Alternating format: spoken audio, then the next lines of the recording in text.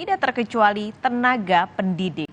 Bahkan untuk memenuhi hasrat berjudi, seorang guru SMP di Pangandaran, Jawa Barat nekat mencuri komputer di sekolahnya.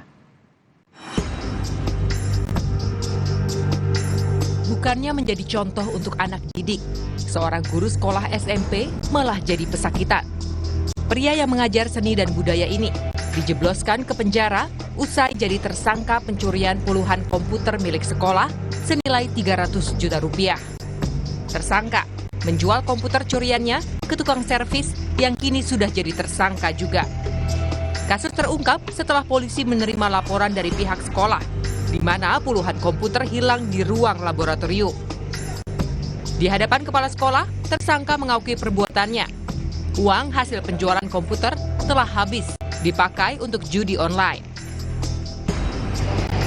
Dia mengambil laptop, sejumlah laptop, kemudian dijual. Jadi ini mengambil aset milik daerah, kemudian negara kurang lebih 300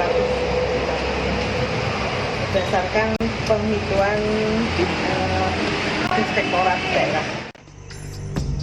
Kepala sekolah tak menyangka guru seni dan budaya yang dikenal baik itu nekat mencuri aset sekolah. Apalagi sang guru juga dikenal berprestasi. Sekolah kini terpaksa meminjam komputer dari sekolah lain untuk melaksanakan ujian bagi siswa. Sambil berharap Dinas Pendidikan Kabupaten Pangandaran segera memberikan bantuan komputer kepada sekolah. Pertama yang saya rasakan adalah sangat prihatin dan merasa kecewa. Beliau adalah guru seni budaya, kemudian dia juga aktif di sekolah, kemudian talentanya juga secara kedinasan sih talentanya bagus, begitu. Malah dia sempat menjadi juara kedua dalam bidang seni vokal saat ulang tahun PGRI Kabupaten Pangandaran. Sang guru kini harus bertanggung jawab.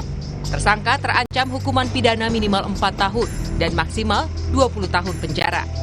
Dede Ibin, Kompas TV, Ciamis, Jawa Barat.